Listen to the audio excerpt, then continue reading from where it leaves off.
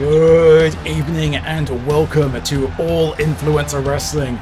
You are, as always, listening to the dulcet tones of the Clout Missioner, Captain Tyrion Guidel. Making her way to the ring from out of this world, the Zombie.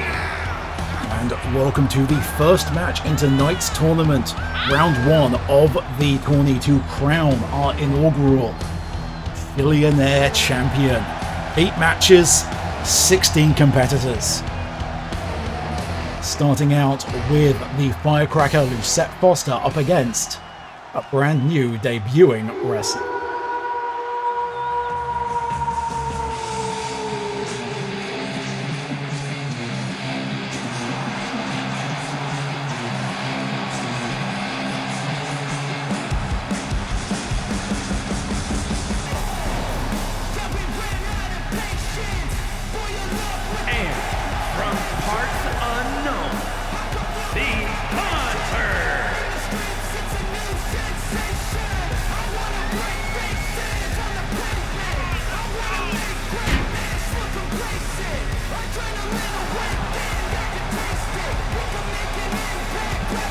Coming to us from a land we aren't entirely sure about, this Death Druid Hunter has one thing in their sights, and it is clout.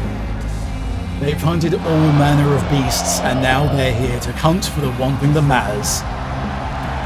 That clout, and that Shillion championship.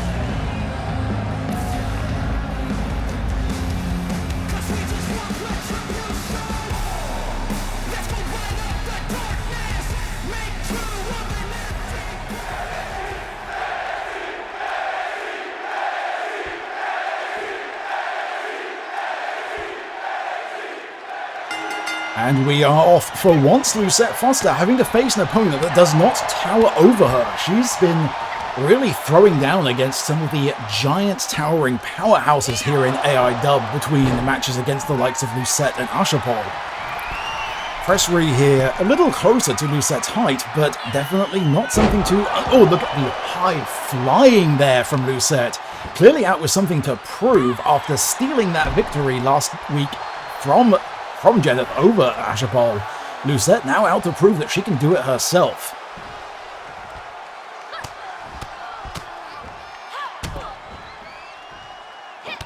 Really laying the boots there in on Pressery, who may have underestimated her opponent here, crawling back to her feet. Blow right to the kidneys there by Lucette, who is showing an aggression we haven't often seen from her. Really doing a number on the ribs of Pressery here.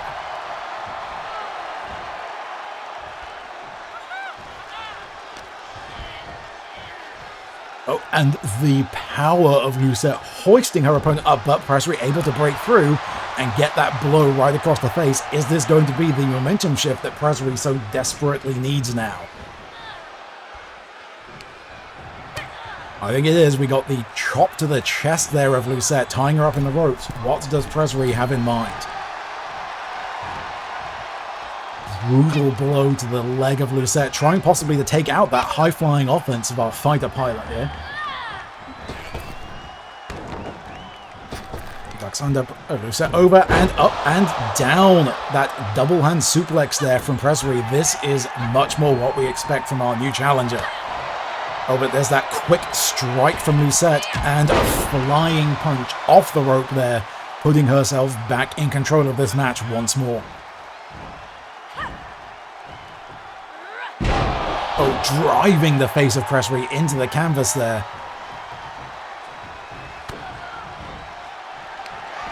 And once again, up onto the shoulders, and oh, there it is. Go to sleep. That may well be it. No! Pressery powers out. Oh, we've seen Lucette use that move to great effectiveness before, but Pressery able to tear through. Still hanging into this match, did not want her debut to end that soon.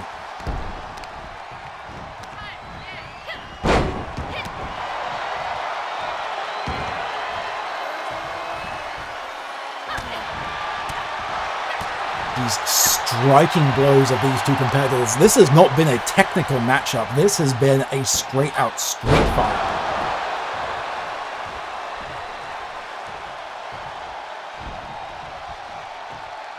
It's all about the power. It's all about, well, as I say that, Presley going there for that arm extension, really manipulating the limbs of Lucette and taking a moment to showboat a little bit there, giving Lucette time to drop her way out of the ring for a little bit of recovery, but we see Presley up top, and diving down onto the head of Lucette Foster, that unforgiving decking on the side of the ring.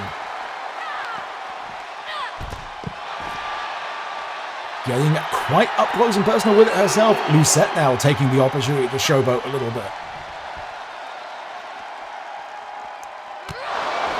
And once again, those quick blows.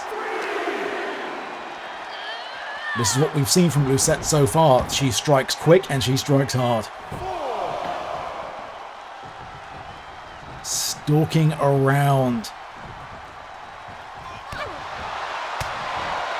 Hunter and Presley has her eyes on... Oh, but no, we got the submission locked in. Wrenching once again the neck of Presley, which has taken quite a bit of punishment, but able to power out.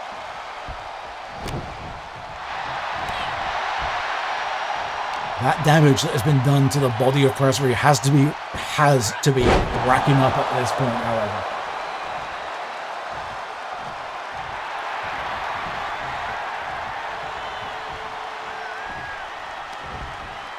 Took a moment to try and get the crowd onto her side, but there once again that knee strike from Lucette, but Presley back on their feet already and had enough of that.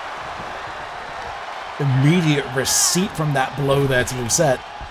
And up and just dropping her down to the canvas there. Oh, and a back to the head, back to the back of the head, driving her down to that canvas. Presley is saying, no, you want some punishment, let me show you how it goes. Lucette able to reverse that.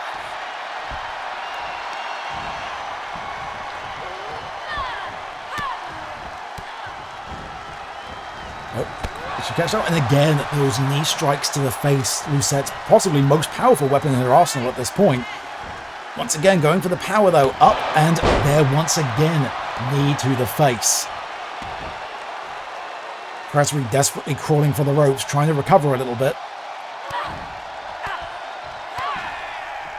Lucette at this point just trying to rearrange the face of Presley with that driving knee strike there into the corner. Is that going to be it? That was a lot of blows to the head that Presley has taken. And that was enough. Just the stunning strikes from Lucette Foster. Riding her momentum through after victory in that triple threat last week, Lucette advances to round 2 of the tournament.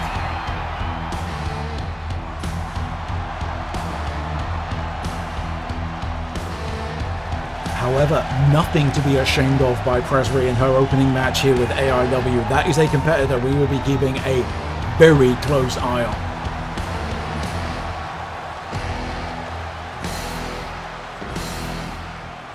After a hard-hitting bout like that, I think we need a minute to relax, so our next match will be up just after these short messages.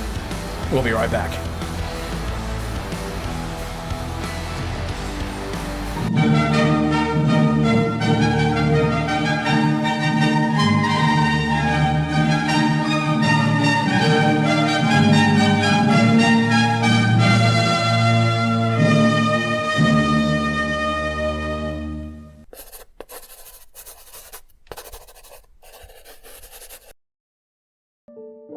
Luz tried everything to open the door, but it wouldn't budge. Hammers, axes, magic, saws, more magic, fire, even more magic, and magic explosions. Still, the door refused her. Why? After all this time and effort, why wouldn't the damn thing open? Sure, it was an enchanted door that would open the path to a potentially catastrophic amount of magic pouring back into the universe, causing endless natural disasters that would drown or bury most cities from existence. But there was an equally high chance that wouldn't happen, and that the magic had been sealed away by ignorant fools for nothing. She had to believe there was a reason why she could tap into a sliver of the magic locked behind the door. that this was it. Her singular life purpose. Open the door. Restore its magic back to everyone like it used to be in the stories, where anyone could use magic, for good or bad. That had to be it, right? That had to be why she was standing here, in the door's pocket dimension, on a small plot of Earth, large enough for only one person to stand in front of it, swearing at this void-black door with iridescent veins flowing along its surface like water, living, taunting her to just open it already. So why was it so hard to swing the damn thing wide? Somehow, she had shoved the door apart just a crack ages ago. A thin, wispy line of light seeped out of a seam down the centre. Whenever she used teleportation magic, as she had decided to call it since she didn't know the correct term and hadn't seen others use it before, probably because it was dangerous and required sliding through space and time, but who was counting? She tapped into a sliver of warmth and power to travel wherever she wished. She'd managed that slight opening unthinking as a child, then never again. What was she doing wrong now? Worse, what if she wasn't doing anything wrong? What if this door wasn't meant to open for her after all? What else could there be for her but this? After everything, after all that searching, what else could there be? This has been an extract from The Void Door by V.M. Ayala. To read the full story, please visit beneath-ceaseless-skies.com and search for issue 378. And thank you for watching Masterpiece Theatre.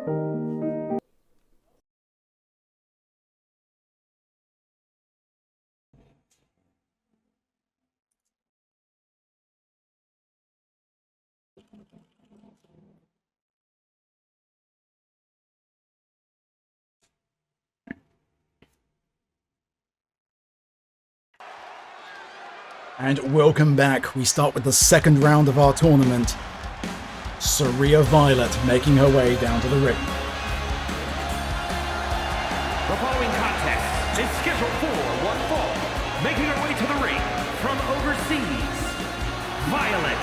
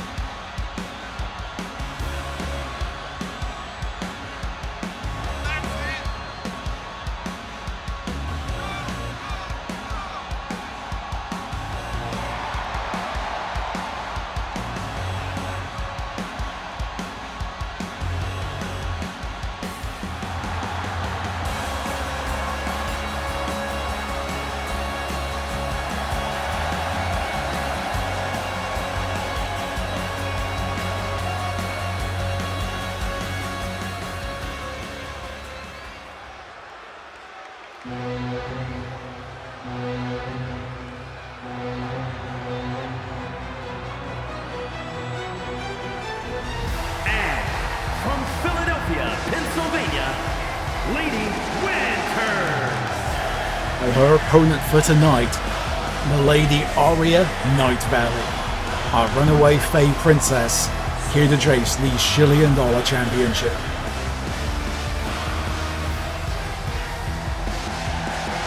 Sun Soul Monk versus member of the Fae Court. This is sure to be an interesting clash of styles, if nothing else.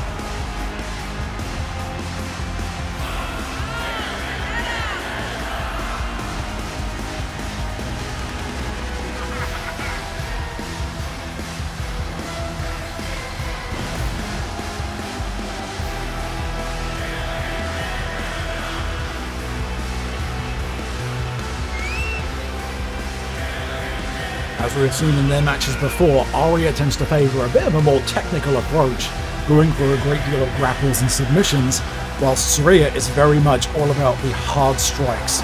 She goes in, she hits quick, and she gets out.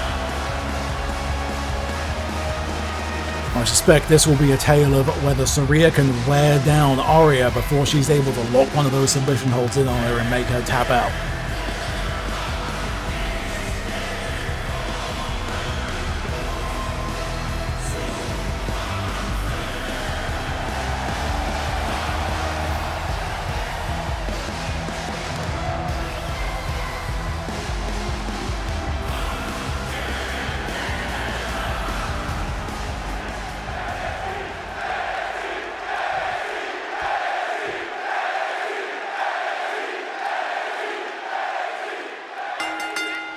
And here we go, locking up in the middle of the ring. Interestingly, Arya going for the strike offense this time, perhaps trying to turn Saria's own a game against her. Going for the top rope. We don't often see the high-flying offense from Arya, but perhaps trying to throw Saria's plan off the game by breaking her usual technique, the usual style. Not a bad approach. You have to imagine that Saria went into this expecting the usual fighting style we've seen from Arya in her matches previously, so mixing it up, throwing her opponent off her game. Sensible moves from Lady Night Valley, but here we go. This sort of wrapping the legs around the head, manipulating the limbs, just squeezing the air out of Violet. That's the type of techniques we've seen from Night Valley in the past.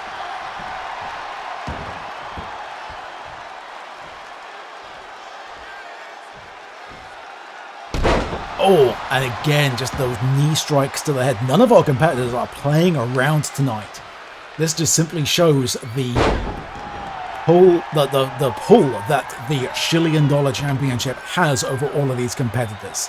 They are pulling every trick they have out of the bag to chase that clout. Saria sensibly pulling to the outside to recover a little bit. Arya not giving her the opportunity to do so, saying, "You're going to escape? No, I'm going to track you right down."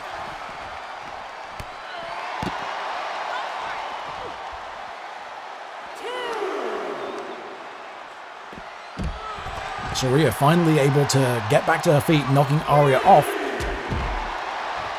Just shrugging off that blow from Lady Night Valley there, and there we go. There's that strike-based offense of Saria Violet.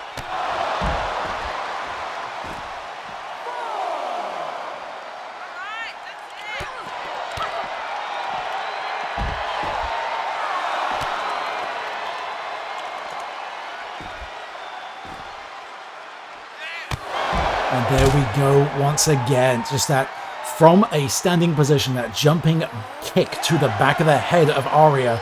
Saria now back in her comfort zone, but these two locking down.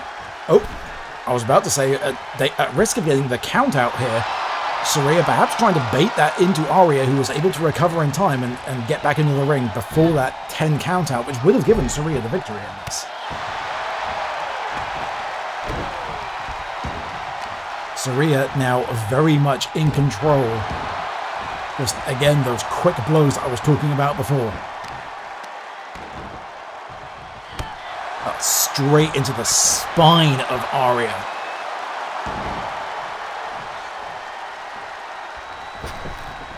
Who now rolls out of the ring herself for a little bit of recovery. But right back into more of those kicks from Violet.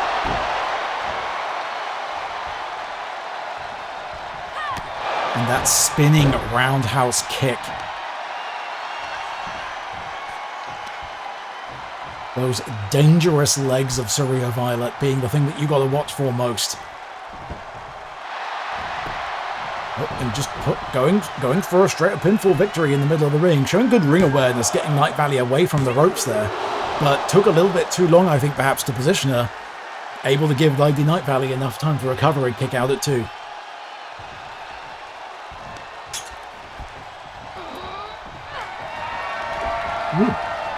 Saw that one coming, did Arya. Went back to the well a little too many times, perhaps, with that spinning kick, and now finally busting out the punches.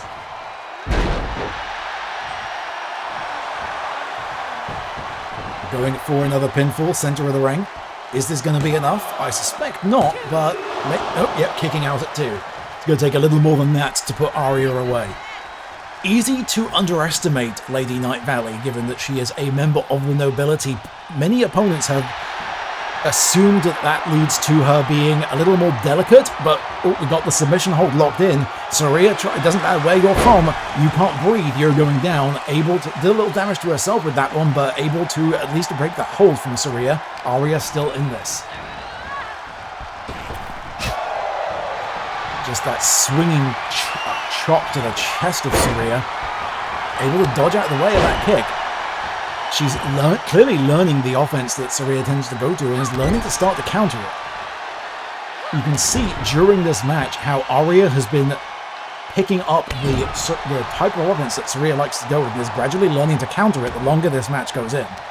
You have to imagine if Saraya doesn't end this match soon, she's going to be in real trouble. Night Valley herself showing some good ring awareness, getting Saraya away from those ropes. But did that also give Violet enough time to recover? Oh, and here we go. There's that submission-based offense, tying those legs up, knocking those out. Sensible, and the bridge is in. The pain that Saraya must be in right now. Can she power through, or is she going to tap out? It's locked in deep. It's the middle of the ring. She has nowhere to go. This could be it for Saraya. She's fighting through, desperate to go, and she's able to break through. Able to break through, but a brilliant strategic maneuver by Night Valley there. Having that figure four locked in for that long is going to have inflicted a lot of damage on those deadly legs of Saraya Violet.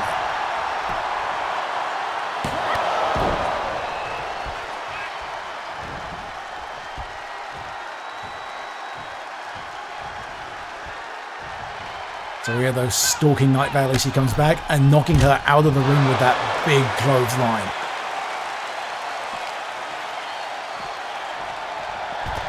Night Valley able to counter, getting that foot driven to the neck of Saraya Violet there. And just straight up punch to the head. I don't care who you are, you take a fist to the head, that's gonna hurt. And again, that unforgiving decking on the side of the ring. Though here, that fey arrogance of Aria Night Valley perhaps showing through a little too much, taking the moment this deep into the match to taunt Saraya. Will that come back to bite her? And up and again, just drive that back into that wooden decking. We're at the 5 count. Is she perhaps trying to do enough damage to leave Saraya stunned on the outside? No, she wants to go for that. She's not going to be happy with a count-out victory, it seems. She wants that pin. She wants that submission. She wants the adulation of the crowd. She is taking once again that moment going up top. What does Night Valley have in mind here? Flying elbow driven straight into the spine of poor Saraya Violet. That may well be it. The damage has racked up at this point. And indeed, that was it. Aria Night Valley advances to round 2 of the tournament, where she will now face Lucette Foster. Here is your winner, Lady Winters.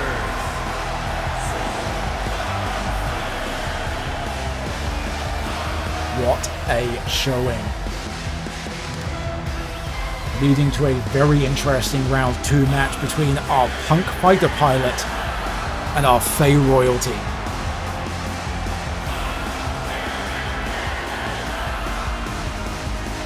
If this is the way the opening matches have gone on, this tournament is only going to get more incredible from here. We'll be right back with the 3rd bout after these messages.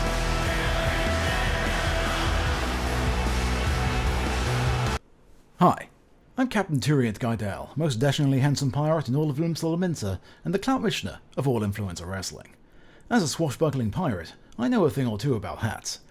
And sometimes, even I feel the hats I own are just too big. So when I feel the need for minuscule millinery, there's only one place that comes to mind. TinyHatLabs.com. Tiny Hat Labs have always sought to push the boundaries of what's possible in client engagement millinery feedback solutions. Their guiding question remains the same today as it was when they were founded. What if small hat, but tiny? Operating at the nexus of science, engineering, artificial intelligence, art, fashion and design, Tiny Hat Labs seeks to pave the way to a paradigm shift in headpiece technology. While others ask, how much? TinyHatLabs.com asks, how little? I'm Captain Tyriant Guidel, and TinyHatLabs.com is my favourite place for hats on the internet.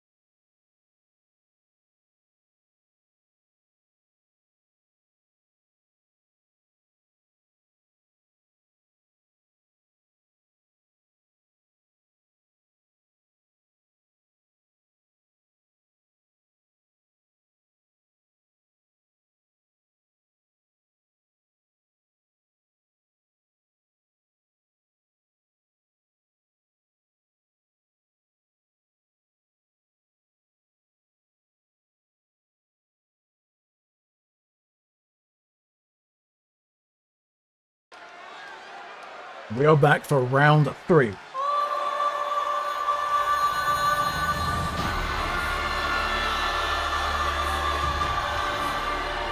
following is scheduled for one fall, making her way to the ring from San Salvador, El Salvador, La Llorona. And here she is. Possibly the most intimidating stage presence we have here in All Influencer Wrestling. La Llorona, ready to try to chase that Shillion Air Championship.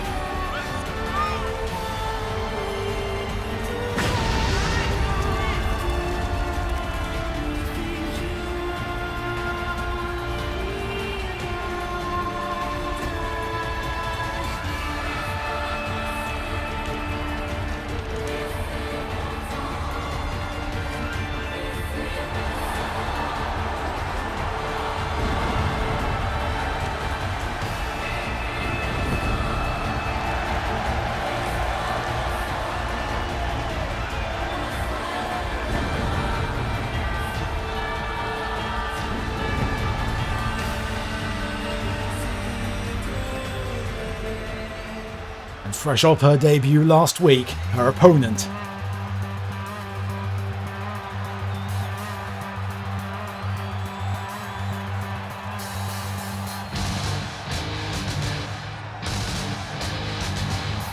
And from Colorado, Holly Day.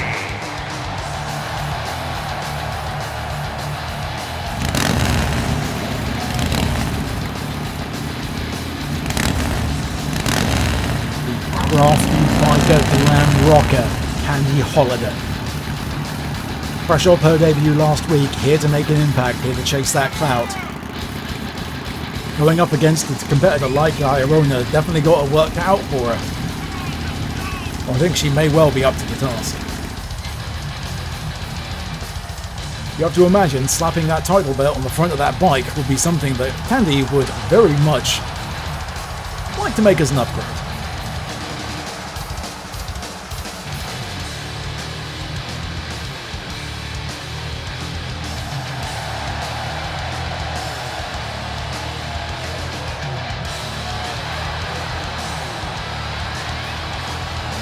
Very much a difference in aesthetic styles as well. The rainbow vibrance of Candy Holiday versus the dark gothic appeal of La Llorona.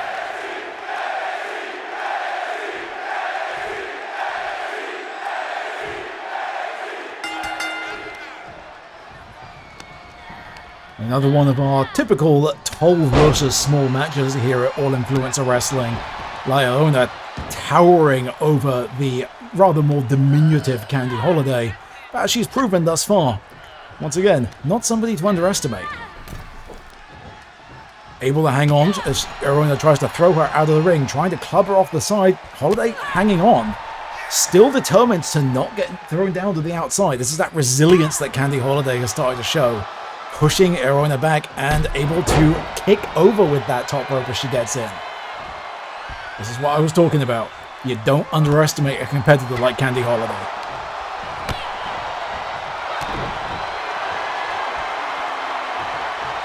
Of course, the sheer powerhouse strength of La Llorona, definitely not something to underestimate either. Holiday able to eventually slip out of that hold. And just right back up again. The strength of Llorona on full display, just planting Candy Holiday down into the mat. Oh, Llorona going to the top rope. Not something we often see from her. Going for the diving headbutt right into the gut of Candy Holiday. Able to power out. Holiday saying, yeah, I'm not going to go out that quickly. You want this victory, I'm going to make you earn it.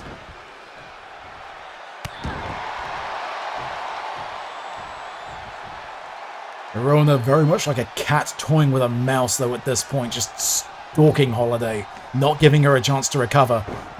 So Holiday takes her own chance, vaulting over out of that grip. Is she able to capitalize though? A little bit of a miscommunication there with the ref getting in the way, preventing Holiday from making her escape. Ducks out of the way of that grapple attempt. and kicking down through the legs. This is smart. This is the way that Holiday needs to do this. Fell like a tree. Get those legs down. Bring Iona down to your level.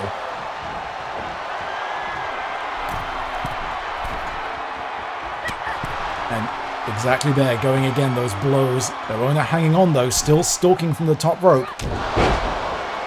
Holiday tried to dive out of the way, but took that clubbing hammer blow from the top from Iona there. And there's that roundhouse kick once again. Going back up to the top rope. Does she have that diving headbutt in mind again? I think she might. Nope.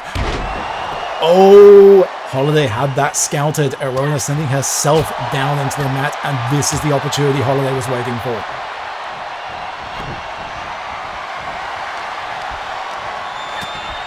Oh, but Iona able to break that momentum, just clubbing repeated strikes into the gut, up onto the shoulder, and down in the center of the ring. Took a moment to decide whether to go for the pinfall. Seems to have. I think this may well be it. No! Holiday able to kick out. Holiday is still in this game. The resilience of that woman.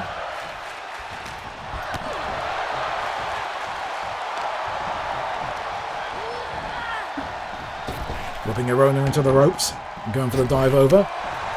Oh, and using her own momentum to add a little extra sting on that cross chop to the gut. Clothesline, sending her flying over. Oh, taking a moment to taunt there. Bold move from Holiday. She needs to keep them every time she's given Iona a moment to recover. Has absolutely capitalized on it. Once again, taking the opportunity to showboat. Maybe trying to get into the head of Iona here, but... Oh, and diving over. Had that scouted. Diving onto the decking on the side. The spine of Holiday would have taken that impact all the way up. Bold move. Definitely did not work out in her favor.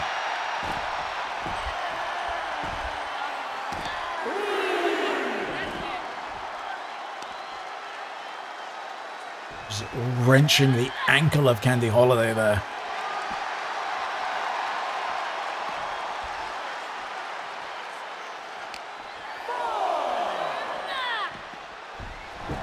Sending back into the ring, going for a little bit of a taunt herself. Is that, though, going to give Holiday enough time to recover? She going back for that. Oh, diving elbow from the top this time into the top of the spine.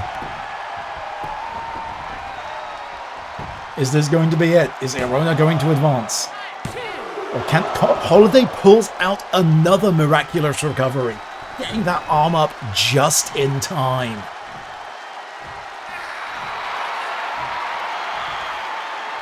Iona's dominance in this match perhaps leading her to get a little arrogant. Overshot that particular kick there. Sending Holiday into the corner, able to duck out of the way. Is she able to capitalize? She has got that clothesline through, knocking her down. Iona is down. If she can keep up the pressure, this is a great opportunity for Candy Holiday. Just those blows and running knee strike. My word, I heard the power of that from back in the office here. Iona powering out, but going down for that 2 count, that has to have shaken the confidence of Iona up until this point. Just wrenching the neck.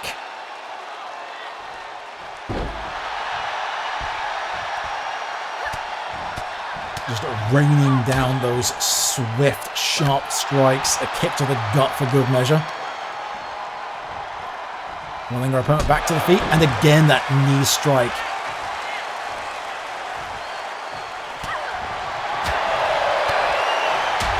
Holiday really building the momentum here. Oh, and another flying knee. Is that going to be enough? Not quite. Neither of these two willing to stay down for that 3 count. They are giving this everything they've got. What a showing by both of these two. Oh, Superman punch from Candy Holiday. Keeping that momentum going. What does she have in mind? She's stalking. She's got something in mind for Iona. Stalking this out. Going from behind. Oh my god, how was she lifting her up? And that falling knee strike.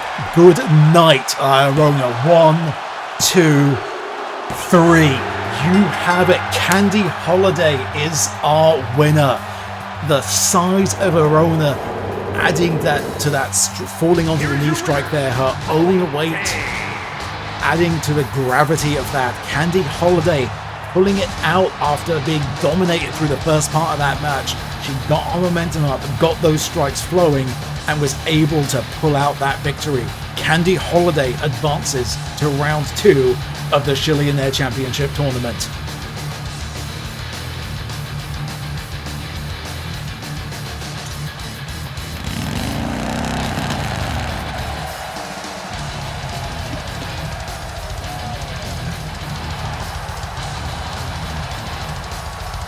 She will be back for the next round, and we'll find out who her opponent will be in just a few moments. We will be right back.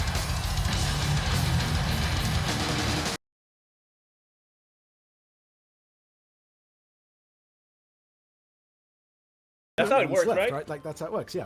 Hi, I am Chris Caneas, aka the Painting Pirate. He can pronouns, variety streamer, miniature painter, all kinds of nonsense. And I am playing Captain Tyrion Guidal, the most dashingly handsome pirate in all of Norwood. And it has not escaped my notice that Captain is on Incon Skin's art, but not on mine. As which is fucking should be, baby. We are going. That is going to be addressed. That will not let slide.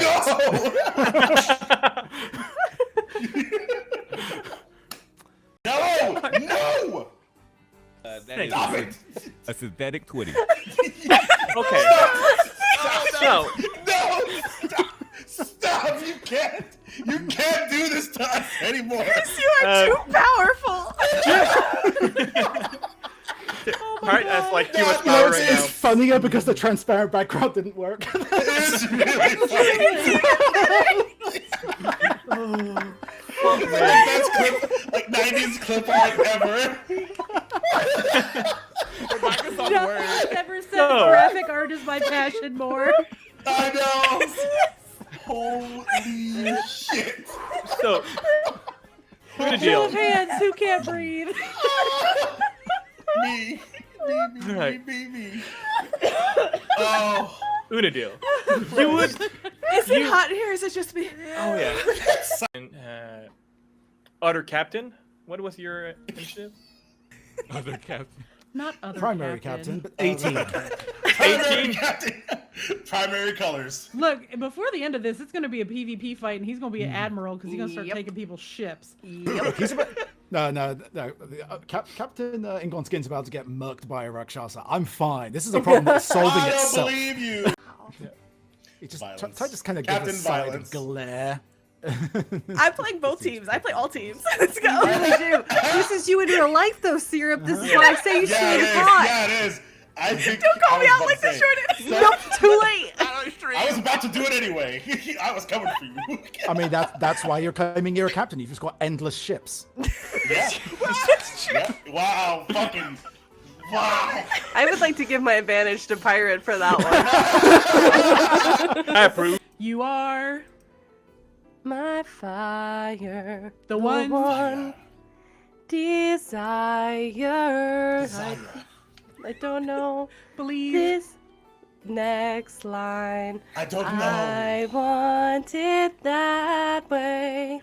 Tell me why! I'm sorry, I got carried away. This is the legendary action. I know words. Oh my god. What? Beautiful. Who are you and what have you done to Chris? Oh no, that's definitely Chris. It's all good, bro. It's all good.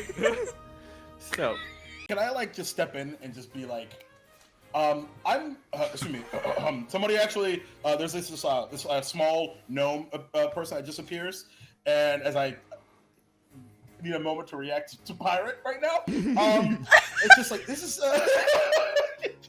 fucking Pulp Fiction, really? Anyway.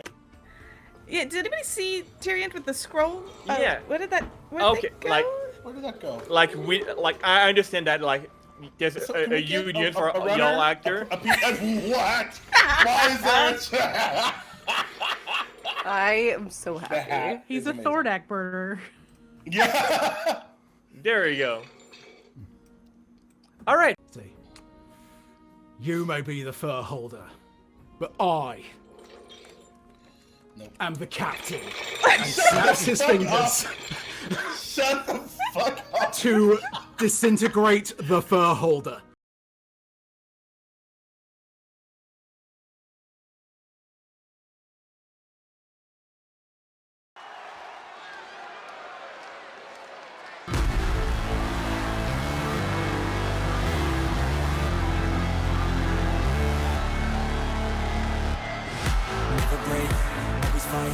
The following contest is scheduled for one fall. Making her way to the ring, representing Team Bring It, from parts unknown, the Warrior Princess. This time making her way to the ring without her usual tag team partner Averick Brightmoon, Asha Pol out in her first solo outing. She's been in the tag match, she's been in that triple threat. This is her first time competing one-on-one. And it's for a process towards quite the prize.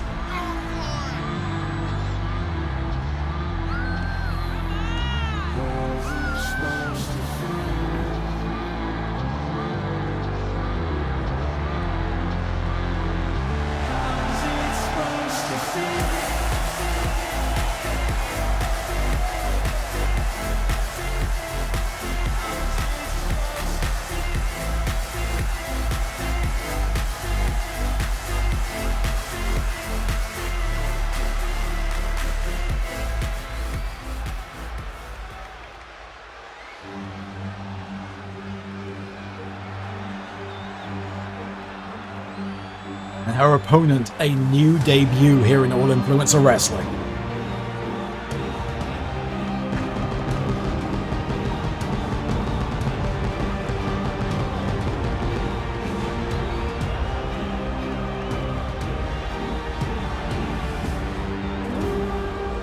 Glorious is right.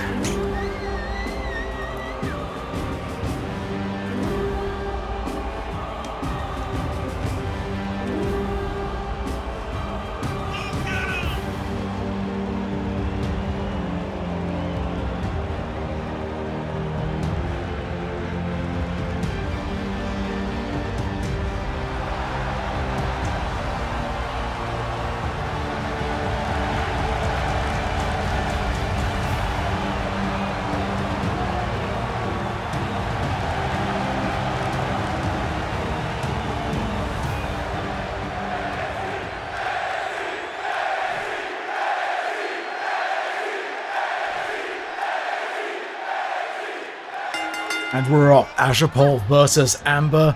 This is absolutely going to be an A+ match. The athleticism of Asha Pol immediately going out there with that head scissors takedown going onto Amber. Asha Pol out the gate, not underestimating her opponent at all. With Amber being a new debut here, Asha has no idea really what to expect. You have to imagine Amber has studied both of Asha's matches within the organization thus far. Definitely has the research working in her favor up until this point.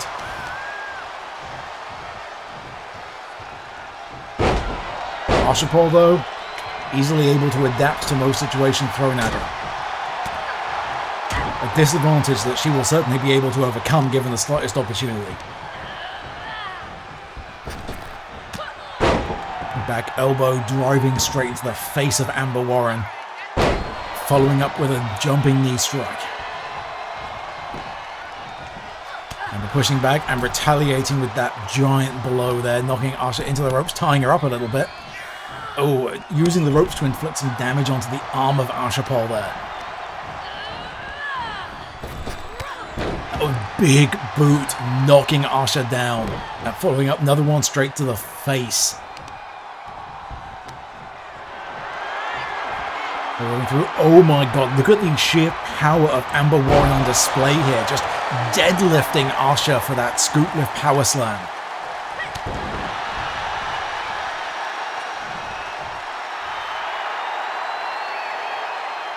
just dismissing Asha out of the ring, who is more than happy to take the opportunity to recover. Amber able to follow through, diving down onto Asha from the outside. Picking apart the limbs of Asha Paul here. Amber is showing quite the impressive level of aggression in this her debut match. Oh, this could be extremely painful, going further onto the decking on the outside. Oh, Asha's back being driven straight into that unforgiving wood. Asha, though, saying, you want to turn this into a contest of strength? Here we go. Oh, and just drops Amber's face right onto the deck there. This is no longer just merely a match. At this point, these two superstars are out to outdo each other in feats of strength.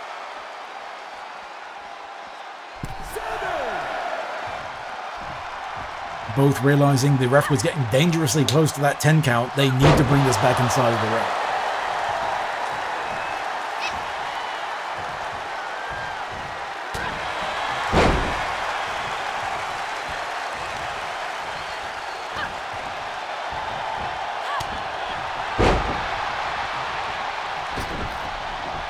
Amber taking a moment to recover on the outside. Also just watching, waiting to see what her plan is here, and able to get that blow in on the back. Nothing overly technical from these two. This has become just about feats of strength. Just like that. Asha once again just going for those power lifts, just proving that she's onto the canvas this time.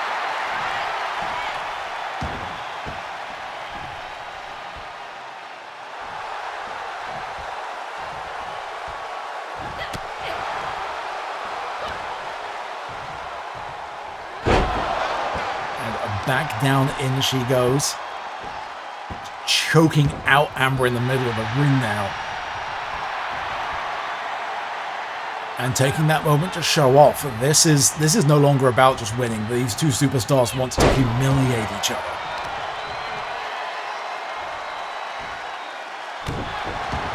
Amber smartly targeting the arm of Asha Paul there, trying to remove some of that powerlift offense. Amber saying, absolutely not. Asha able to break that running attack with a quick knee strike. And up and down, lifting up, using Amber's momentum against her there.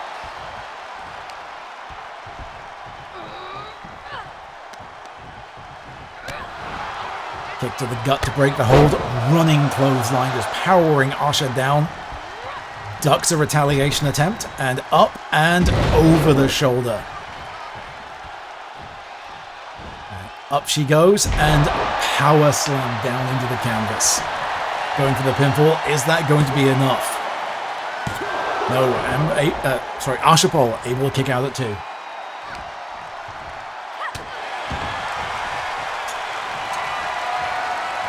And we're going to the top rope now. Just beckoning Asha to get up. What does she have in mind? Big aerial maneuver there from Amber. Asha taking the opportunity maybe to use the ropes to recover. Thought she may have been rolling to the ring outside, but no, just hauling herself back up. Ref getting into a little bit of danger there. And it's Amber's time for a feat of strength, just hoisting Asha up onto the back and back slam into the mat. Goes for the pinfall. Is that going to be enough? Came close. It's getting closer, but Asha still able to power out. Still some fight left in her as of yet.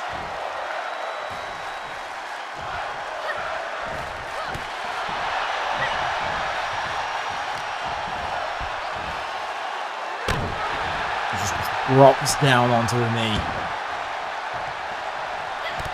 Normally, when I say we're seeing a relatively high-flying match, it's the wrestlers going up onto the turnbuckle and diving off themselves, but in this case, the high-flying has mostly been just these two throwing each other around. Oh, going for the bear hug there, just squeezing those ribs of Asha Paul.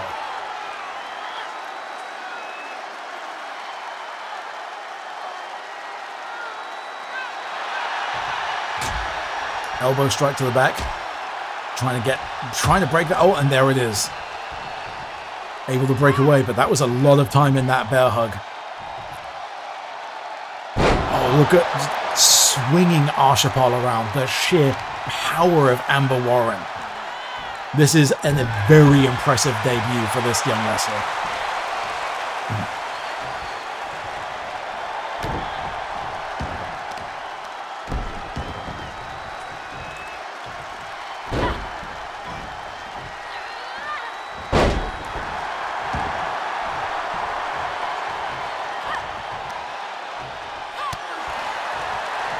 Strike to break that hold. Asha now back on the offense. Oh, what does she have in mind? Oh, going for pedigree. Oh, that may well be it. All of that power, all of that weight down onto Amber's neck. Is that going to be it? No! Kicks out at 2. This match continues to go on. Both of these competitors have to be asking at this point, what does it have to do? What is it going to take to put each other away? Asha going up to the top rope. Oh, that was a ill-advised move by Arshapal there. Amber had that scouted, able to roll out of the way. And oh, following up by Amber, sending Asha crashing down onto the hardest part of the ring. Throwing her back in. Very good sequence of moves there from Amber Warren. That's going to lead to some excellent damage on Asha that's really going to wrap up. Taking a moment though to showboat. Is that going to be a mistake? Once again, Amber back up on the top rope. Asha had it scouted. That moment of showboating perhaps really going to come back to bite Amber.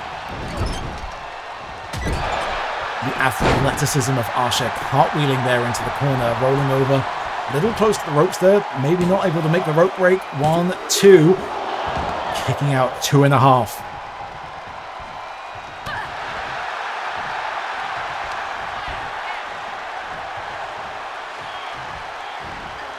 And up. Oh, back on, driving that back onto the knee.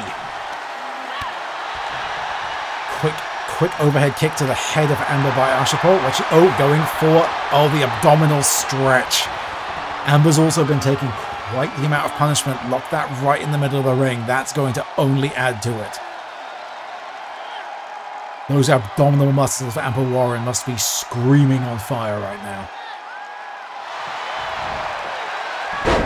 Still though, able to power out, just toss Arshapal over the shoulder there.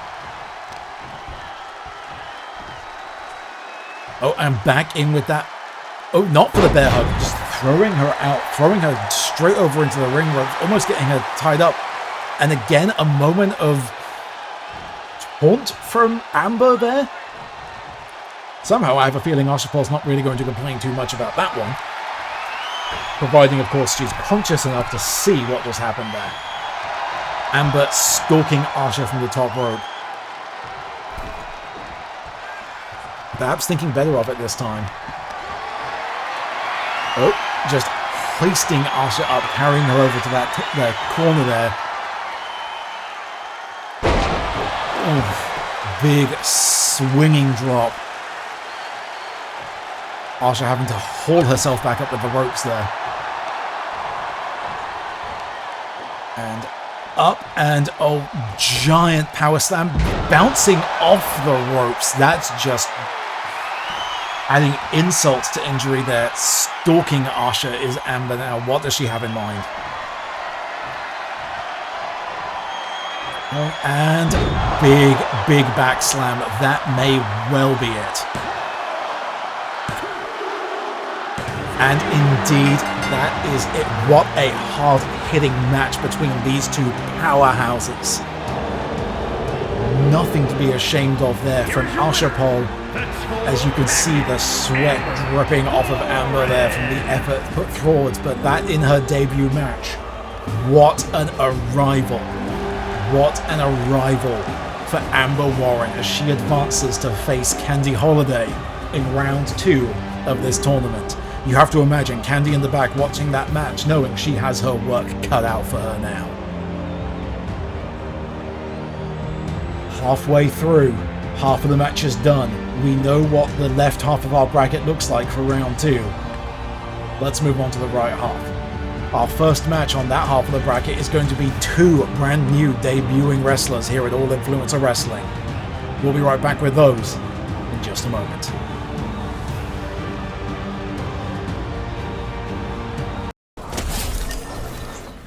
Okay, I just murdered Vegeta with a truck. What the hell is this game? And she came down the stairs, breast in boobily. I wasn't ready. Woo, that was good. Nope.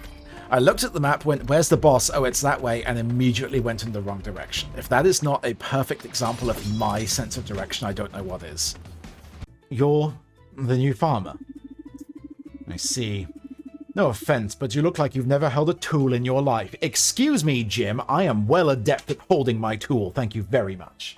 The Fool Guardian, not me. The God Emperor made me do it! The God Emperor made me do it. Yes. Oh, can I get away with yelling that in real life, please?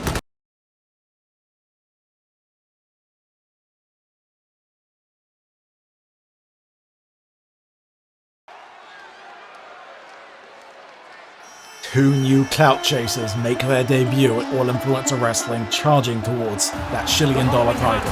And here's our first one. Making her way to the ring from Mumbai, India, the specialist, Maria Ahmed. Faria Ahmed making her way down to the ring, thrilled, excited to be making her All Influencer Wrestling debut.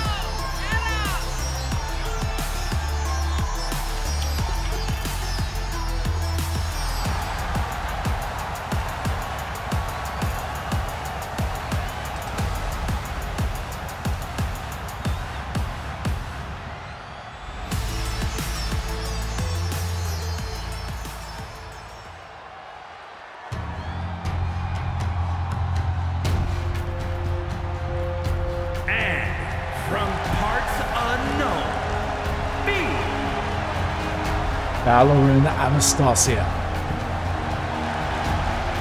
Master of Disguise. No one's really sure what Valorant actually looks like. Has a very hard-hitting, quick strike offense using the assassin training in the ring.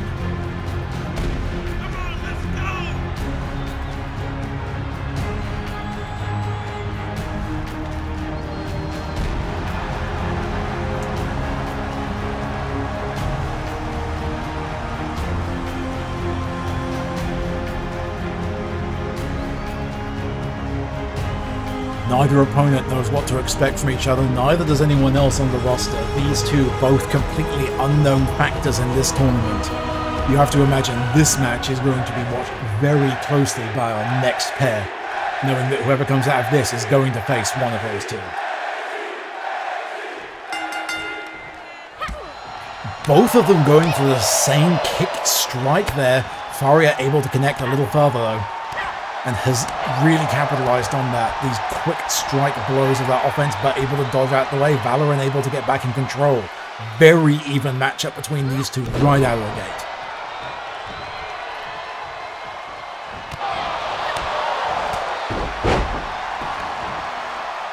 And that's what I was talking about, those quick strikes out of nowhere. Valorant hits quick and does a lot of damage with them.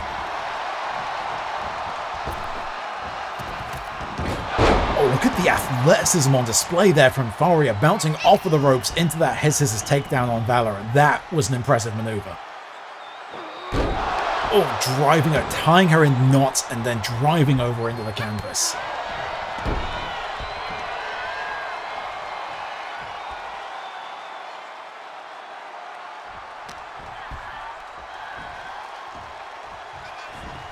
And up and over with that suplex, holding through, keeping on, going for it, maybe another, yeah, ooh, over, and another drop down. Excellent, powerful sequence there by Faria. Valorant, though, able to get that quick strike in. And this is what you have to watch for with an opponent like Valorant. one moment can completely change the momentum of the match.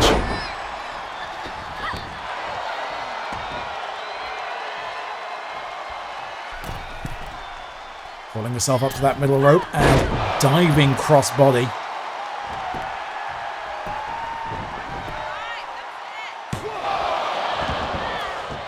Trying to finish it early, but only a one. Faria absolutely not going to go down. So Valor, both of them just taunting at this point.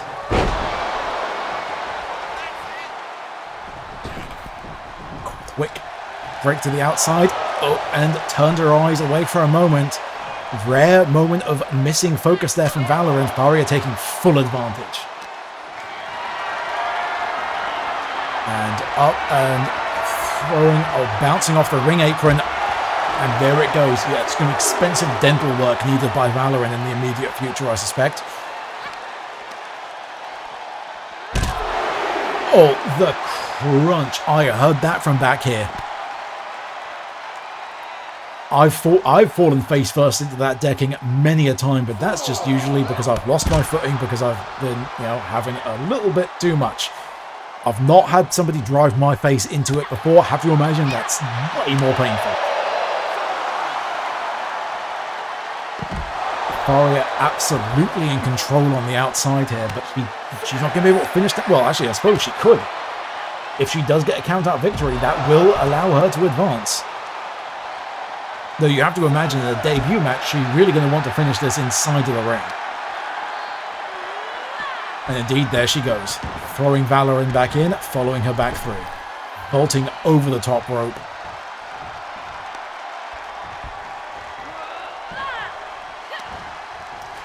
Valorant able to scout that overhead blow there, shifting the momentum.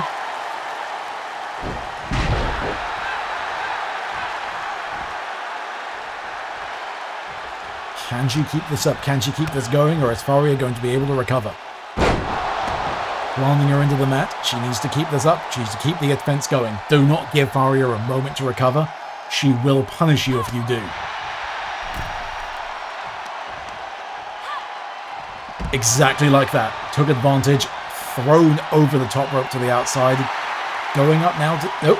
I thought she was going to go for a dive to the outside, but Faria taking the opportunity to get a little bit of showboating in herself. Valorant gonna make her suffer for it.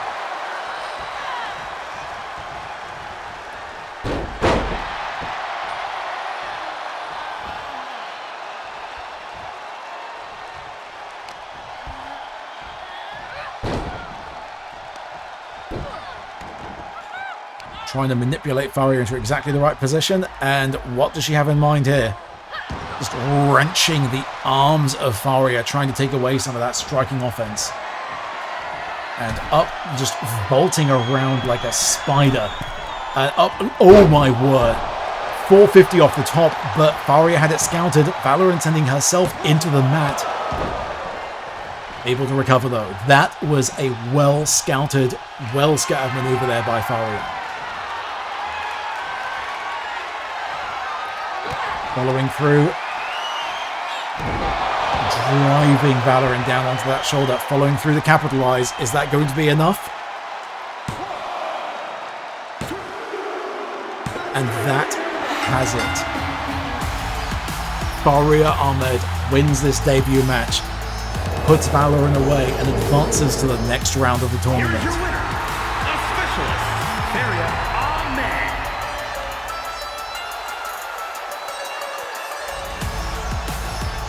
What a performance.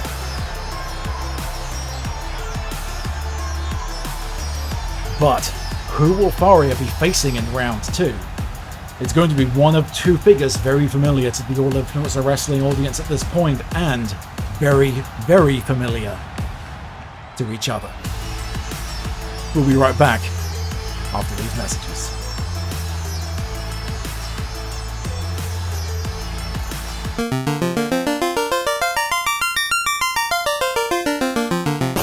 Get those heels going. Thank you, Steve. In Steve we trust. Steve protects us. Steve is the way. Steve is the light. All right. Oh, and we got a troll.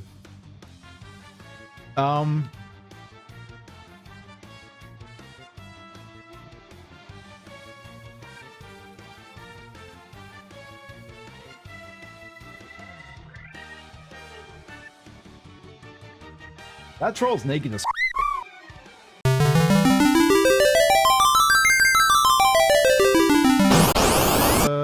here, come on.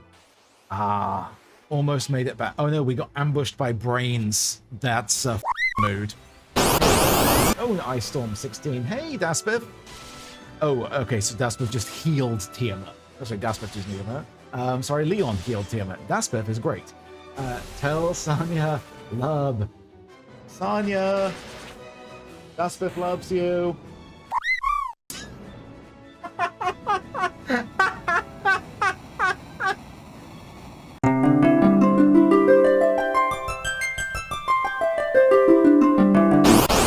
Great if Steve could cure Ty before he takes another hit. Okay, well, technically that was what I said would be great. It's not exactly the path I intended to get there, but I suppose technically that's what I asked for. It would appear that he is, in fact, down here choking the serpent. My chair was stolen while I was gone.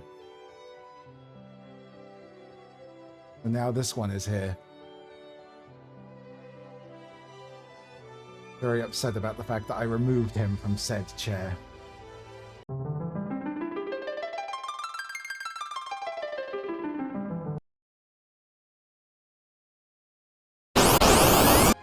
And we are encountering the bane of every TTRPG party, a mimic door. Oh, that's awful though. And Sid's getting stoned, and not in a fun way.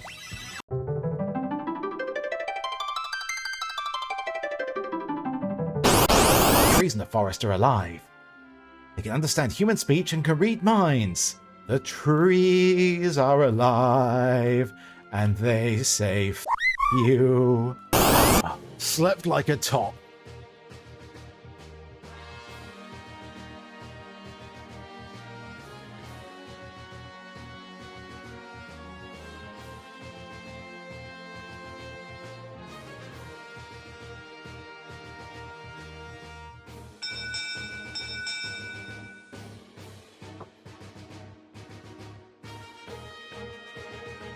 You know, I know that's not how that line is meant to be read, but I also don't understand how it makes sense any other way either.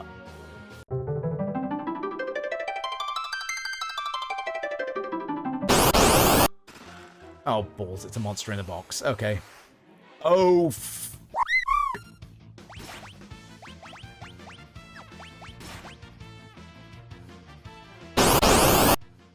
steal the spectacles. I'm getting so many silver spectacles. Stop stealing my gil, you bastard.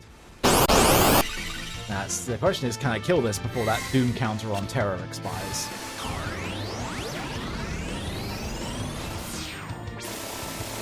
The answer appears to be no.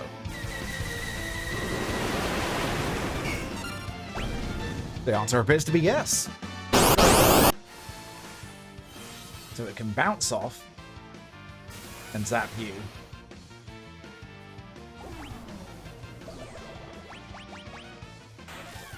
Oh, and you just did banish again. Oh, cool. The entire party got banished. Well, that didn't get off to a great start. All right. Is this a switch? Yep. There we go. Oh, wait, look at that.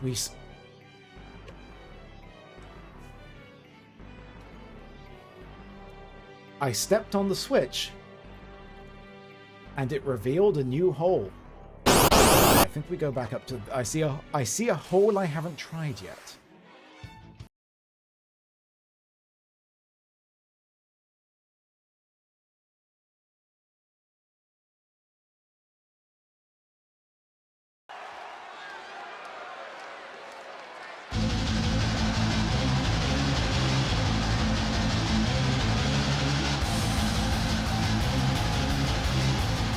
The following is scheduled for one fall, making her way to the ring, representing Chaos from Valhalla, the Tank.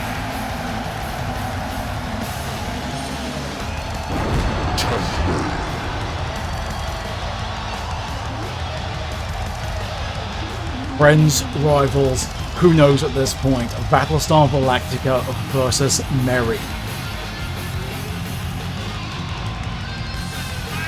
Only one can advance.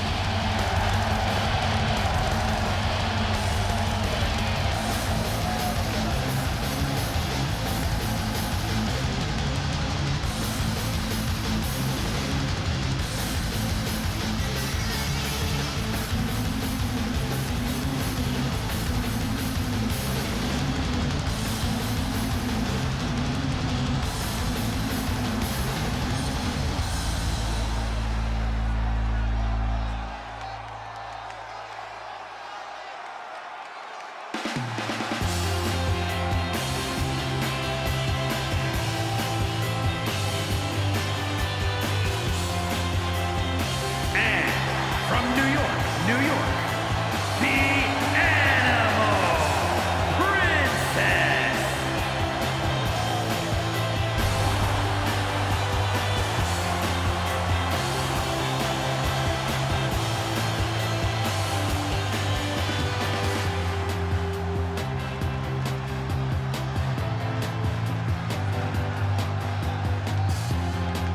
Demonstrating those druidic powers, Mary making her way down to the ring for another showdown. Mary and Val have been in the ring as allies, they've been in the ring as opponents.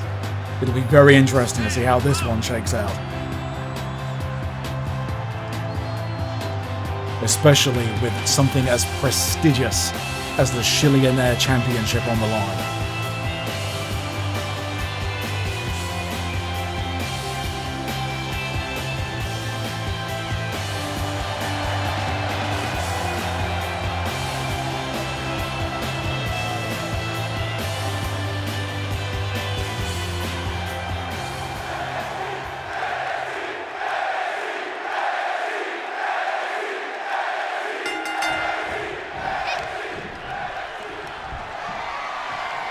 Oh, and Battlestar going straight for the power offense. There's that tank main mentality.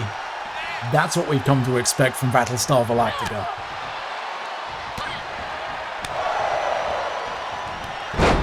Of course, if we've learned anything about Mary over these last several weeks, is that they are a resilient force.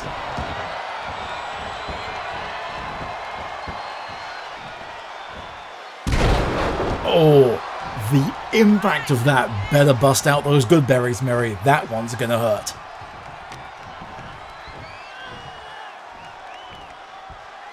And up and over, slamming Murray back down. Val out with something to prove here.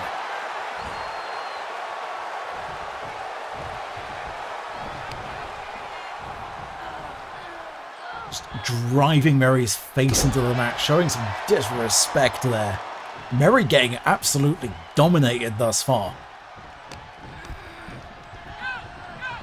And up and over, just those throws, just the power, the tank maining of Battlestar Galactica.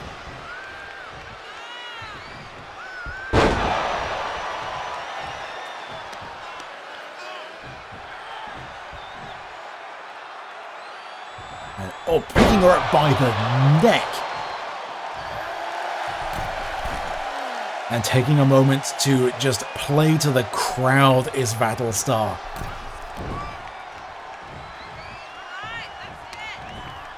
Is that going to have given Mary some time to get back into it? I think it has. Owing over, Mary going for a very quick,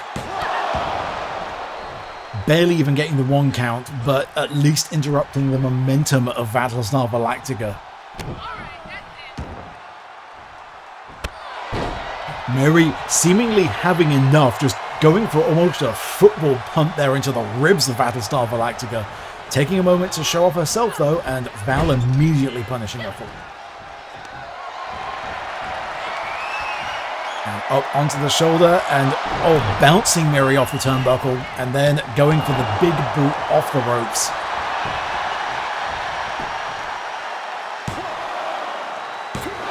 Mary kicking out with that 2 count.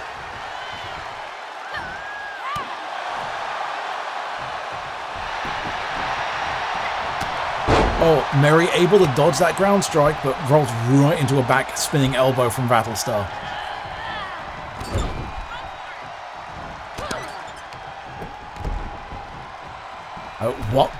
What does Battlestar have in mind here? Oh! Flying down there onto Mary.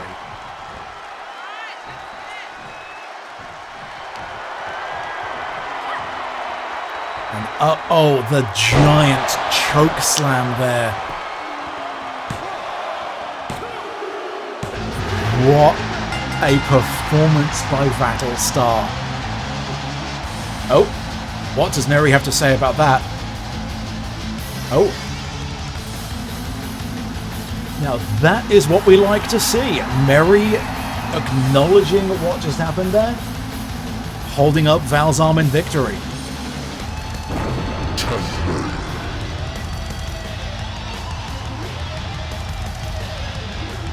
You have to wonder how that's going to play out in future between these two.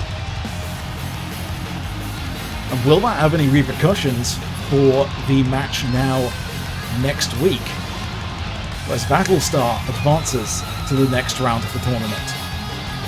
I do, however, have a feeling we will be seeing no such shows of sportsmanship in our next match, as the loose cannon, the mother of pain, MJ Fairfield, takes on an increasingly angry Jennifer Astoria. We'll be back in just a moment for that matchup.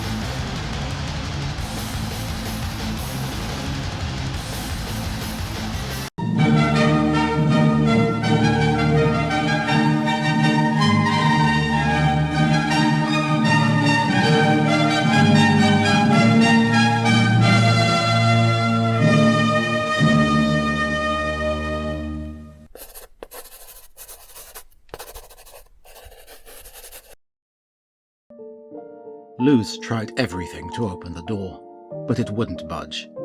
Hammers, axes, magic, saws, more magic, fire, even more magic, and magic explosions. Still, the door refused her. Why? After all this time and effort, why wouldn't the damn thing open? Sure, it was an enchanted door that would open the path to a potentially catastrophic amount of magic pouring back into the universe, causing endless natural disasters that would drown or bury most cities from existence. But there was an equally high chance that wouldn't happen, and that the magic had been sealed away by ignorant fools for nothing. She had to believe there was a reason why she could tap into a sliver of the magic locked behind the door. That this was it, her singular life purpose. Open the door. Restore its magic back to everyone like it used to be in the stories, where anyone could use magic, for good or bad. That had to be it, right? That had to be why she was standing here, in the door's pocket dimension, on a small plot of Earth, large enough for only one person to stand in front of it, swearing at this void black door with iridescent veins flowing along its surface like water, living, taunting her to just open it already. So why was it so hard to swing the damn thing wide? Somehow, she had shoved the door apart just a crack ages ago. A thin, wispy line of light seeped out of a seam down the centre. Whenever she used teleportation magic, as she had decided to call it since she didn't know the correct term and hadn't seen others use it before, probably because it was dangerous and required sliding through space and time, but who was counting? She tapped into a sliver of warmth and power to travel wherever she wished. She'd managed that slight opening unthinking as a child, then never again. What was she doing wrong now? Worse, what if she wasn't doing anything wrong? What if this door wasn't meant to open for her after all? What else could there be for her but this? After everything, after all that searching, what else could there be? This has been an extract from The Void Door by V.M. Ayala. To read the full story, please visit beneath-ceaseless-skies.com and search for issue 378. And thank you for watching Masterpiece Theatre.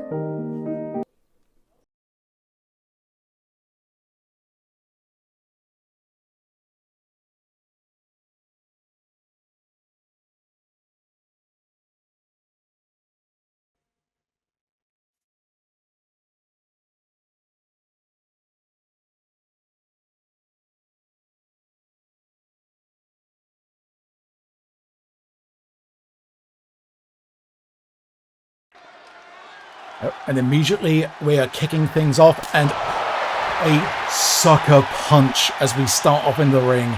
Jeneth baiting the Mother of Pain there with that handshake into a sucker punch.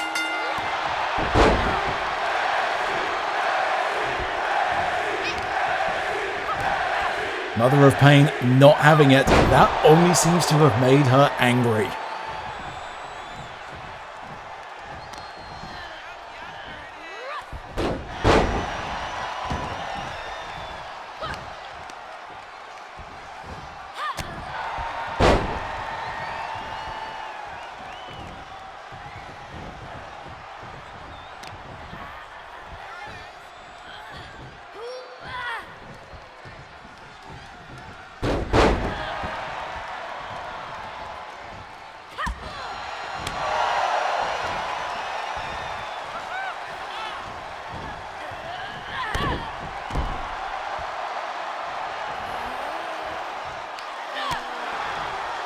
There we go, Jeneth getting back into this match maybe a little bit. I think her treatment of Mother of Pain, her aggression showing through, has only fired up her smaller opponent.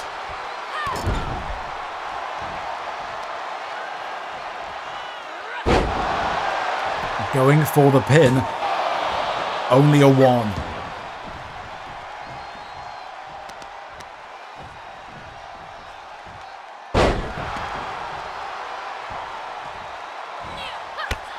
Oh, caught a knee to the face. Jeneth had that scouted.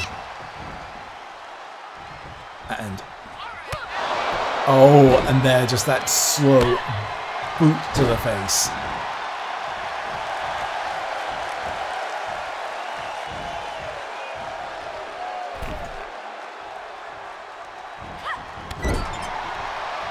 Pinballing into the gut.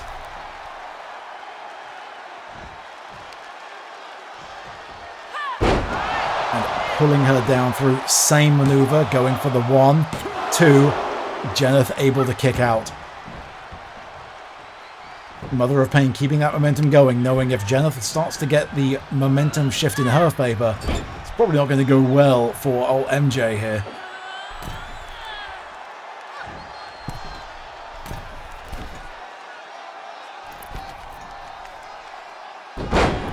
Oh.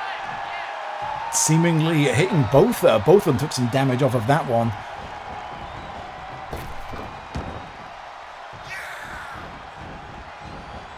Mother of Pain able to get that whirlwind takedown going there. Waiting for Jeneth to haul herself back to her feet. Getting that quick knee strike in. Quick strike again. Oh. Jeneth able to power out.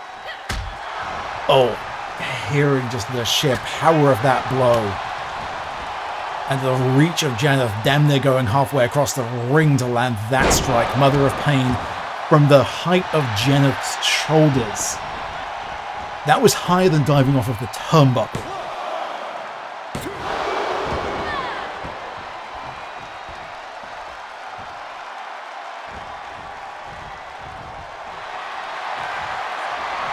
What does Jeneth have in mind? Just tying up the legs of the Mother of Pain now. Or wrenching her, just curving that spine into a position spines are not meant to go. Mother of Pain, though, able to shift momentum a little bit. Tried to go for a diving attack. Jeneth able to easily dodge out of the way. Punishing by just powering her down. Sensibly, Mother of Pain rolling to the outside. Oh no. From the top rope, Jeneth, no. Baiting the Mother of Pain to stand. She's waiting. She's stalking. Oh, the clubbing blow overhead from the top. Just impacting the Mother of Pain's neck down into the floor. And tossing her around like a rag doll now. This is exactly what MJ needed to not happen. Jeneth has control. Jeneth has the power. The Mother of Pain needs to find any opportunity she can to break this flurry of offense. Taking a blow over to the floor like that is not going to help.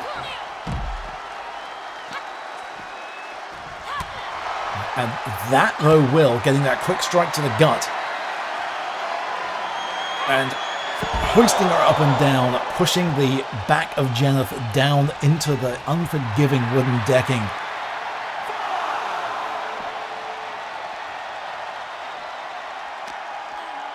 Though, of course, not able to finish the match. Oh! DDT right into the wood. We're getting a little close to that ref count.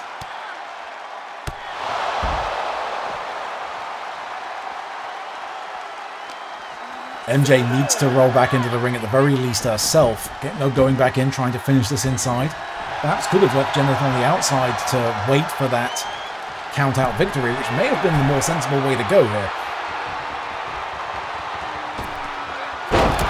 Diving crossbody from the top rope. Jeneth able to power out.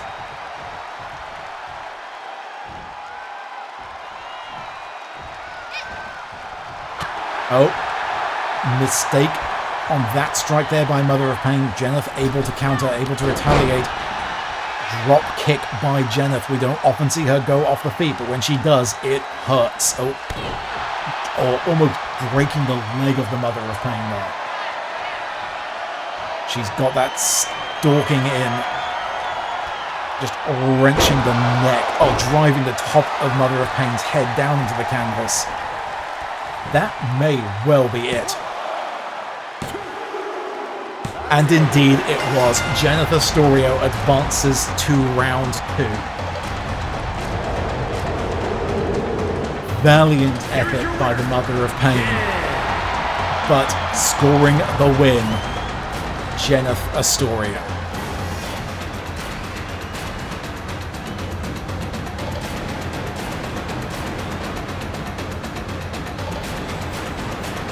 Which means we have one match left to go in the first round of the Shillion tournament. And half of it is our former sold-out champion, Michaela Lane.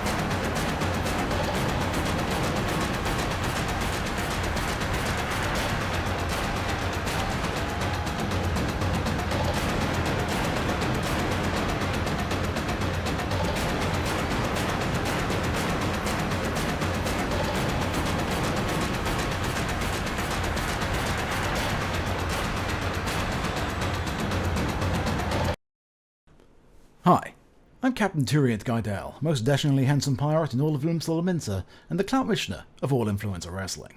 As a swashbuckling pirate, I know a thing or two about hats, and sometimes even I feel the hats I own are just too big. So when I feel the need for minuscule millinery, there's only one place that comes to mind: tinyhatlabs.com.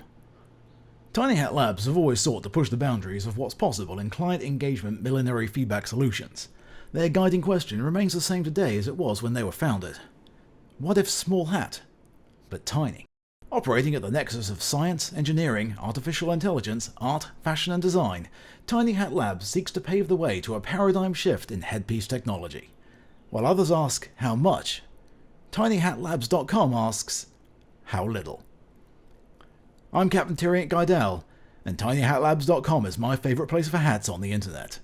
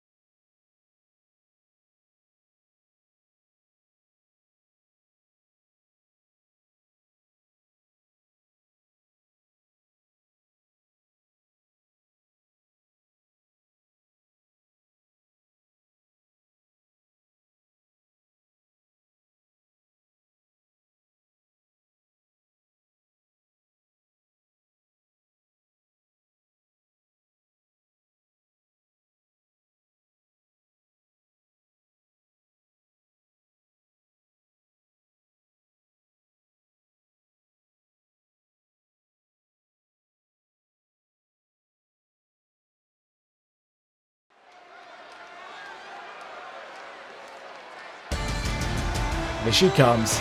It's Mac Attack. The following contest is scheduled for one fall. Making her way to the ring from Canada, Mac Lane.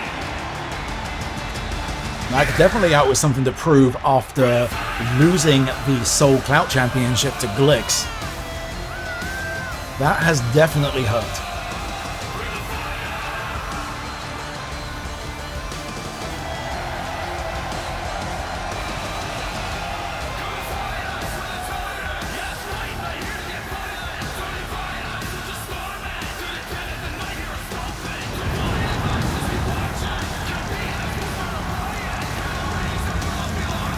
I'm just waiting for the day she sets herself on fire with those. And here's our final debuting wrestler for the night. And from Sin City, Banshee.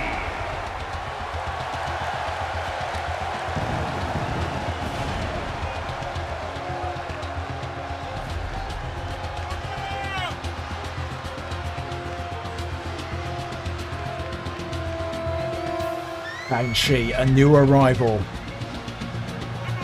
Luck of the draw, having them face off against our former champion is going to be quite the tall order for them in their debut match.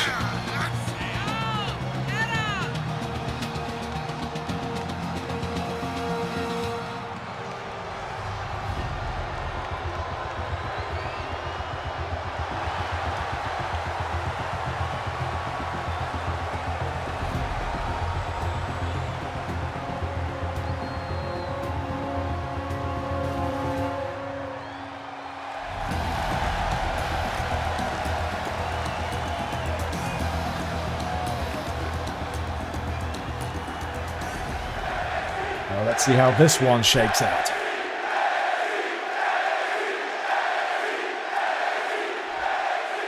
Bold move wearing giant heels like that in the ring, Banshee. Hopefully we don't need to repair the cameras after this match.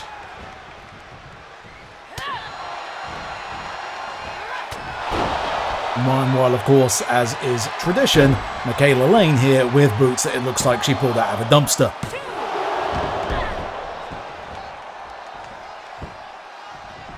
And let's be honest, she probably did.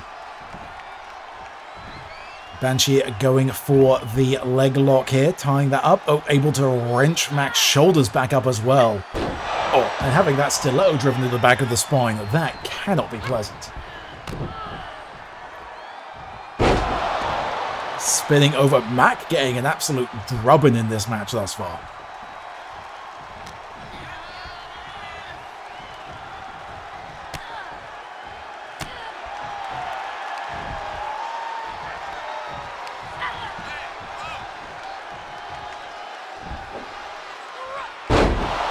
Driving down on the back. You have to wonder too, is the loser of this match really going to be too upset, given that the winner is going to have to go on and face Jennifer after that absolute murdering that the Mother of Pain just received. Mac going, no, we're going to take this back into the ring. A little bit of taunting, and Banshee making her suffer for it. Going up to the top rope.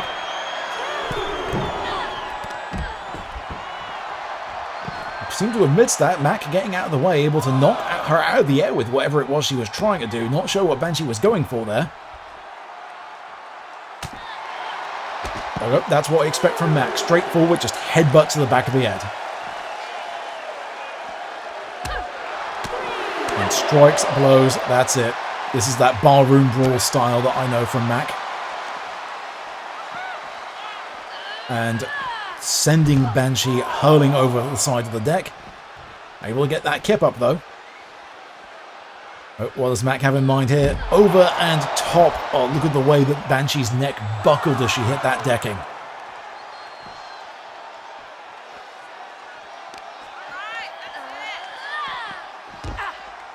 Driving her into the side. Oh, and both of them getting a little caught here.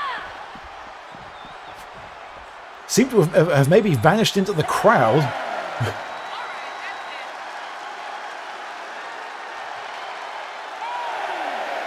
They appear to have gotten stuck in the crowd. Going at each other out there. They spilled over into the outside. And that is it. We have a draw. Getting stuck there into the crowd. Those two going at it out there. We are not going to end things on that. As the Clout Missioner, I am making the executive decision. No, no, no. We are not going to end this round of the tournament with a draw. We are going to restart this match. Absolutely not. You two back in the ring. Let's go. Thank you, ref.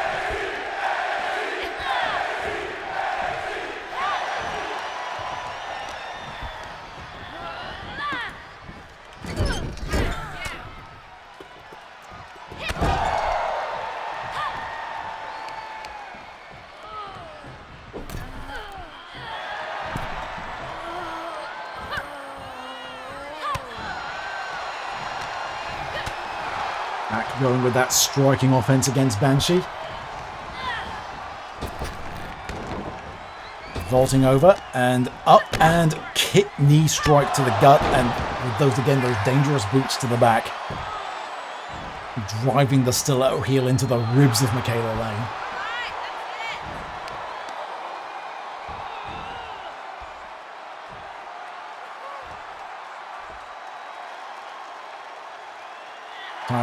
Was trying to rip the arms off of Mac there.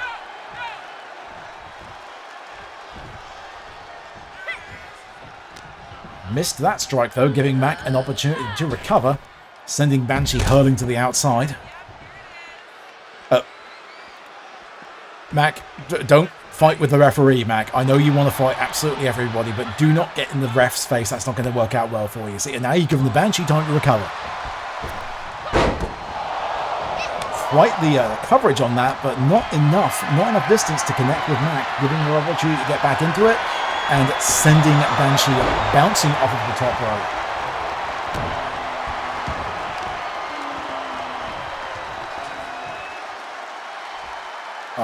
And wrenching back the arm there.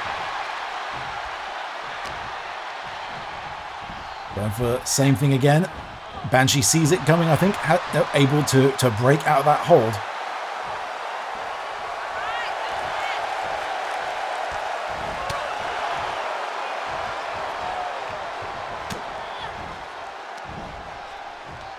Wrapping around the end, and there's that headbutt to the back of Banshee's head from Michaela.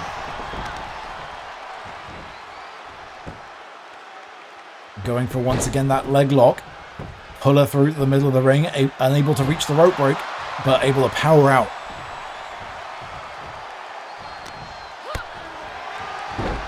Banshee able to get an overhead kick strike to Mac to break that hold and break the momentum, stalking her from behind now.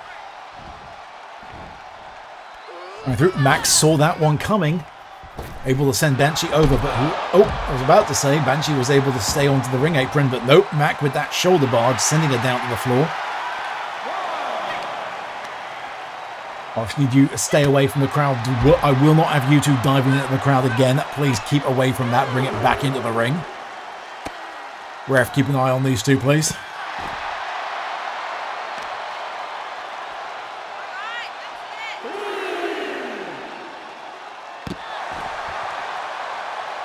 Once again, inflicting continual damage onto the arm of Banshee there.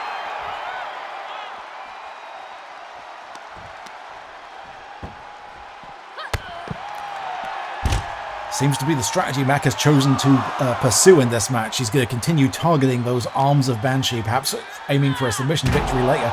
Oh, bouncing her right off of those steel ring steps. That'll leave a mark.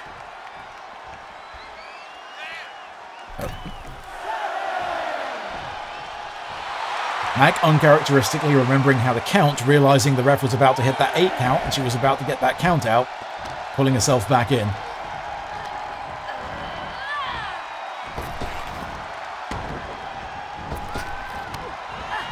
Banshee able to overpower there, the two just connecting, and a big drop kick from Michaela there. Banshee able to spin through, get that rope break.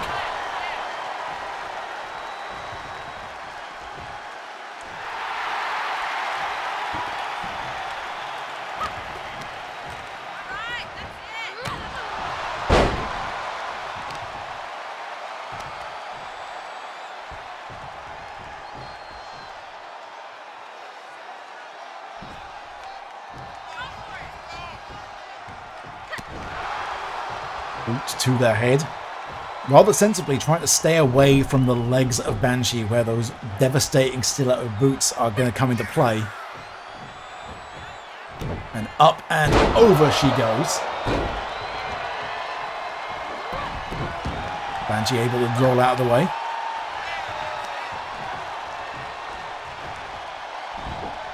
And dropping Mac down onto the canvas. Banshee able to get some momentum going here now. Very much a one-sided competition for a little bit, but Banshee now finally able to get back into it, but has that damage Mac's been doing to her started to add up enough?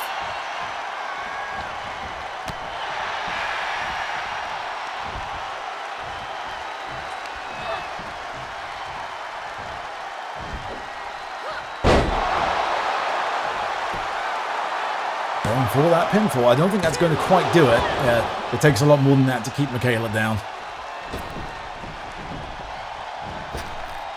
Rolling out. Oh, and dive and then into a DDT from Banshee. Impressive athleticism from Banshee there. Driving Max back into the deck. Oh, and there it is, that drop kick with those heels in place. That is going to give Mac a couple of new piercings.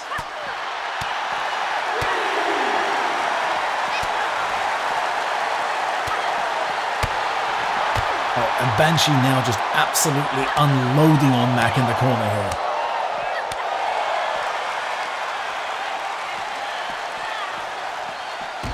Sending her off into the side of the ship. What's Banshee got in mind now?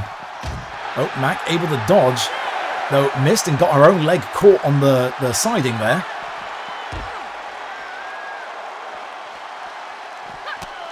Oh, blocked that chop attempt by the Banshee there. Up to 7.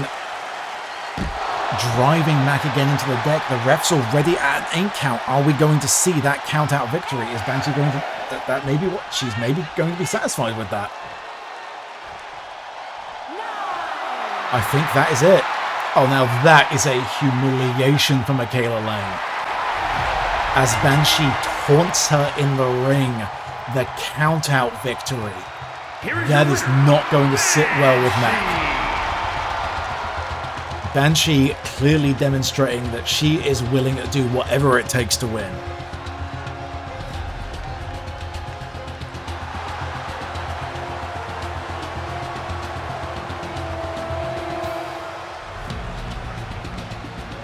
And with that, we have our full round 2 bracket in place. That is going to continue next week here on All Influencer Wrestling, along with further matches from our other side of the roster who got the night off for this tournament. But don't worry, they'll be back in action next time. So to recap, Lucette Foster versus Aria Night Valley, Candy Holiday versus Amber, Faria versus Battlestar Galactica, and Jennifer Storio versus Banshee. That will be round 2 of the Shillion Dollar Tournament next week. Thank you for joining us for All Influencer Wrestling. We'll be back at our usual time, Thursday, 7:30 PM Eastern. And as always, stay #out for Clout. I've been the Clout Missioner, Captain Tyrion's Guidal, and we'll see you next time.